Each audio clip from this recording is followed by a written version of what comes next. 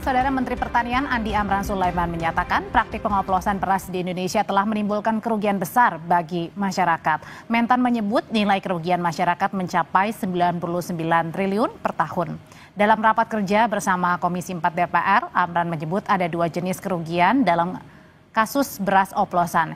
Yang pertama adalah kerugian negara terkait dengan program stabilisasi pasokan dan harga pangan atau SPHP.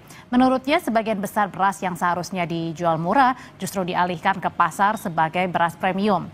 Kerugian kedua adalah soal kerugian masyarakat karena tertipu membeli beras yang tidak sesuai dengan mutu tapi membayarnya dengan harga tinggi.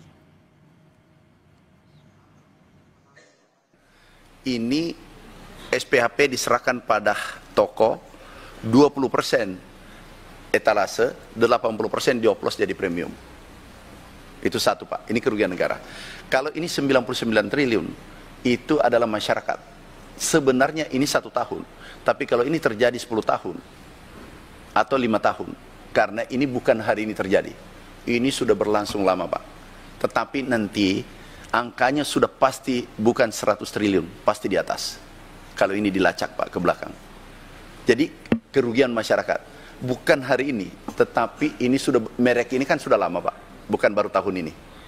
Jadi itu, ini beras biasa, ini lab Pak, hasil lab. Ini beras biasa dijual dengan premium. Beras biasa yang apa namanya beras curah, ini tinggal ganti bungkus dan ada foto-fotonya sama kami Pak. Kami serahkan penegak hukum. Kemudian ini bungkus premium, ini tinggal mau beli yang mana. Jadi kalau premium, jadi harganya yang naik, bukan kualitasnya naik Pak. Ibaratkan gampangannya gini Pak, emas 24 karat, sebenarnya ini 18 karat, tapi dijual 24 karat semua Pak. Soal beras oplosan, Ketua Komisi 4 DPR, Titi Soeharto sempat menyinggung nama Menteri Koordinator Bidang Pangan Zulkifli Hasan. Titi meminta Zulkifli ikut turun tangan menangani permasalahan beras oplosan. Titi saudara menegaskan kasus beras oplosan diusut tuntas, semua pihak yang terlibat ditindak tegas. Pemerintah perlu menarik beras oplosan yang beredar di masyarakat. Menurut Titi, saat ini dibutuhkan koordinasi antar instansi agar segala informasi tidak membuat masyarakat jadi bingung. Titi meminta Menko Bidang Pangan Zulhas ikut turun tangan dan tidak diam.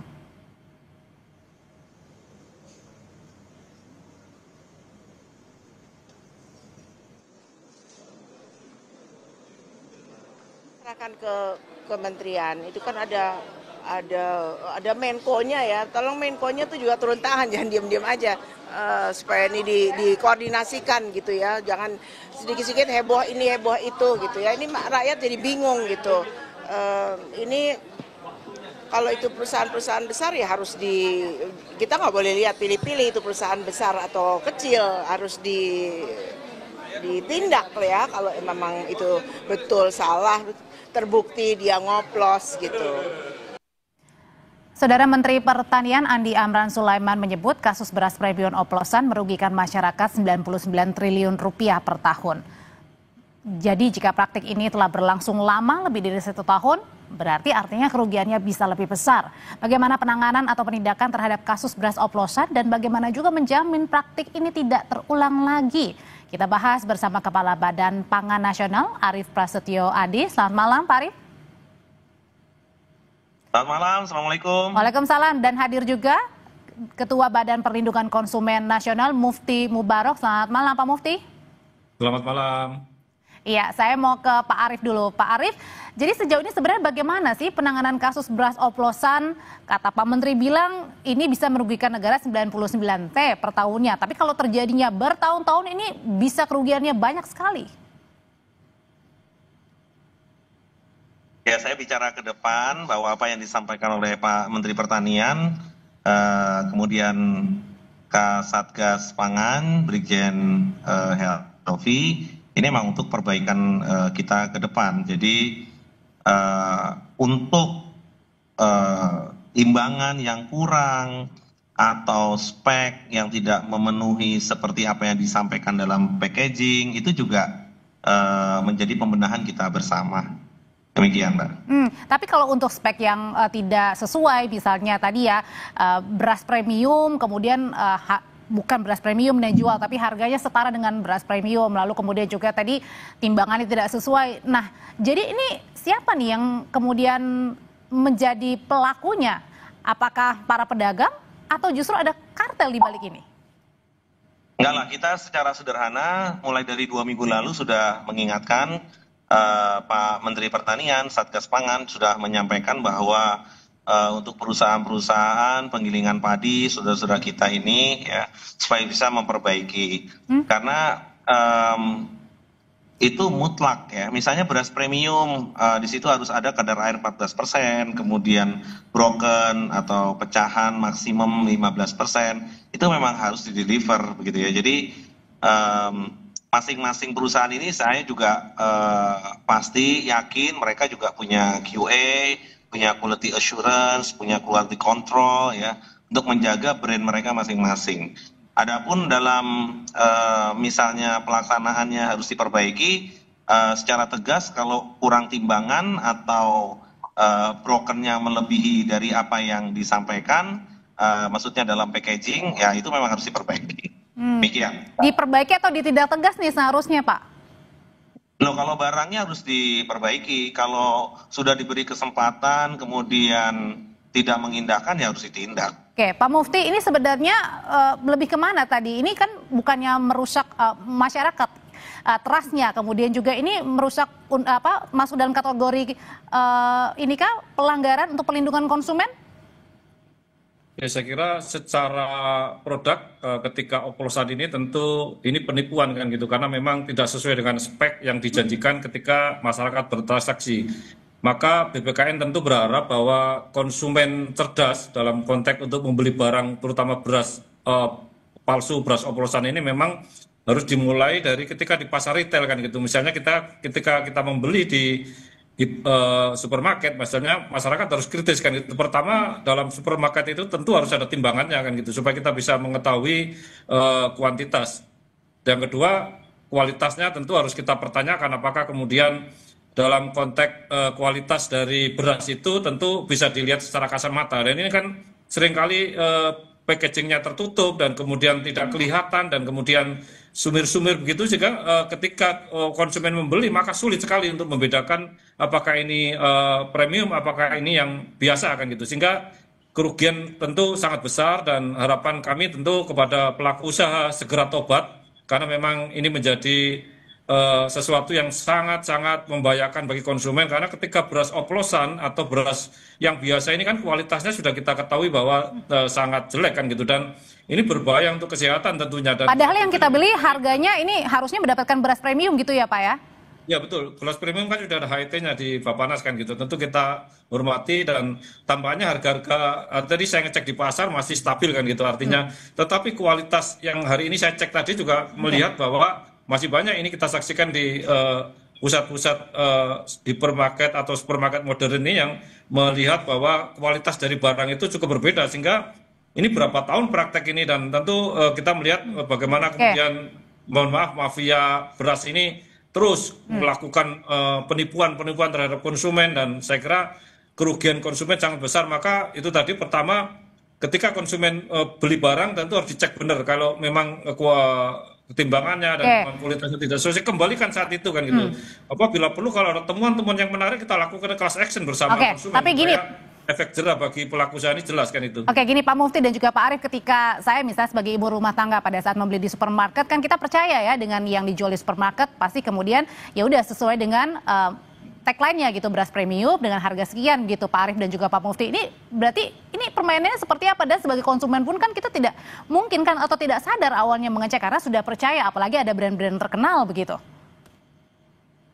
Sebenarnya kan banyak pilihan, jadi konsumen bisa memilih banyak merek, banyak brand, dan kemudian juga yang penting itu klik, yaitu kemasan harus dicek apakah label itu sesuai dan dari mana dia kemudian diproduksi dan kedaluarsakah, kemudian tampak fisiknya, dan kemudian informasinya harus jelas kan gitu, labelnya juga harus jelas, dan yang terakhir ya tentu kedaluarsa K itu kan gitu. Jadi harapan kita dengan klik tadi masyarakat harus paham bagaimana membeli barang yang sesuai dengan yang dia kehendaki gitu. Kalau premium tentu kualitasnya harus baik, dan ini tentu harus kita lihat dalam konteks di pasar kan gitu. Kalau kita nggak seperti itu, kita akan ketipu terus kan gitu. Dan kalau misalnya kita nggak membeli barang-barang itu kan tentu mereka akan reject dan sebagainya, ya akan kembali kepada produsen juga akan rugi dan kita cari pembelajaran seperti itu. Oke, Pak Arief, ini bentuk pengawasannya seperti apa sih kalau ada mafia beras? Kenapa tidak ditindak saja dari awal begitu? Sehingga terkesan jangan-jangan nih ada pembiaran, ada yang sengaja mempermainkan supaya akhirnya pada saat seperti ini baru ketahuan. Jadi setiap produk yang di-pack seperti beras kemasan 5 kilo, 10 kilo, itu pemerintah punya namanya PSAT, registrasi produk segar asal tumbuhan gitu ya. Itu supaya beras itu juga traceable ya, dari mana, kemudian siapa vendornya dan lain-lain. Dan registrasi itu memang kita minta kepada seluruh OKKPD di seluruh kabupaten kota se-Indonesia, itu yang pertama. Yang kedua, pada saat penggiling padi atau teman-teman pengusaha padi, penggilingan padi untuk menjadi beras ini mempersiapkan brand, tentunya juga di situ ada uji lab, ya, kemudian timbangan dan lain-lain sebelum mereka melaunch suatu brand. Berikutnya lagi, begitu mereka mau masuk menjadi mau listing di modern market atau di supermarket. Nah, itu seharusnya siapa yang mengecek, Pak Arief? Ya. Setiap tahapan itu seharusnya siapa yang mengecek? Bappenas? Semua. Oh, semua, oke.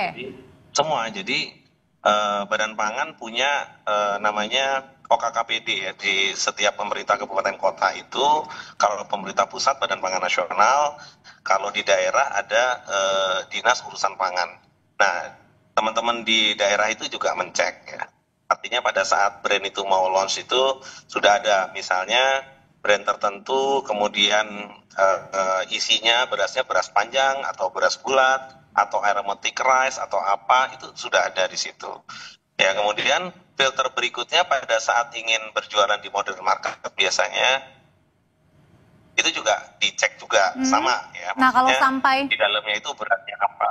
Oke. Ya. Kalau sudah cek tadi setiap tahapannya, lalu kemudian pada saat rame-rame seperti ini beras yang dijual bukan beras premium tapi harganya premium? Ya kan sudah ada mekanismenya. Ini Satgas Pangan. Jadi sesuai dengan tupoksi dan kita semua, Satgas Pangan kan sekarang sedang bekerja. Ya, artinya pembuktiannya kan di laboratorium. Bahwa beras ini apakah premium, apakah medium, kemudian beratnya berapa juga. Timbangan itu kalau di supermarket atau di pabrik itu juga kan harus ditera. Ada aturannya minimum 1 tahun 1 kali ya. Juga sudah ada aturannya di metrologi. Jadi semua ini kan tentunya harus dijalankan sesuai dengan apa yang sudah dibuat aturannya. Oke, kalau gitu Pak Mufti, selain kerugian material, kerugian apa lagi yang dihadapi? Kalau waktu kemarin kan kita menghadapi oplosan ya, dari yang Pertamax kemudian juga dioplos begitu, itu adalah terjadi kerusakan pada mobil begitu. Nah, kalau ini makan atau mengonsumsi beras yang premium tapi ternyata bukan, apa dampaknya selain kerugian material, Pak Mufti?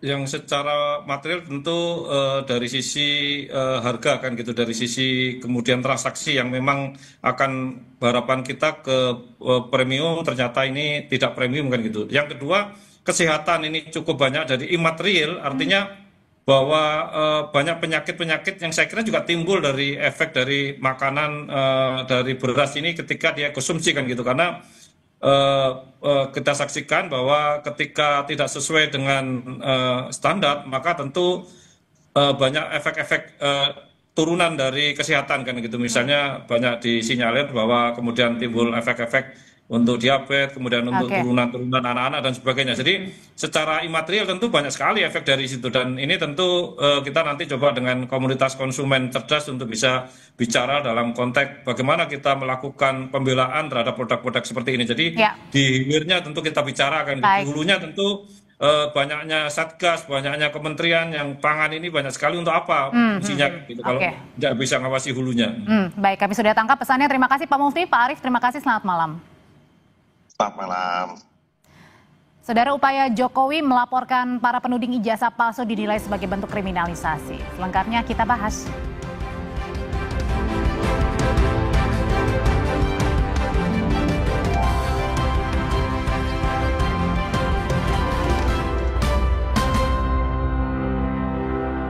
Viva, hadiah miliar.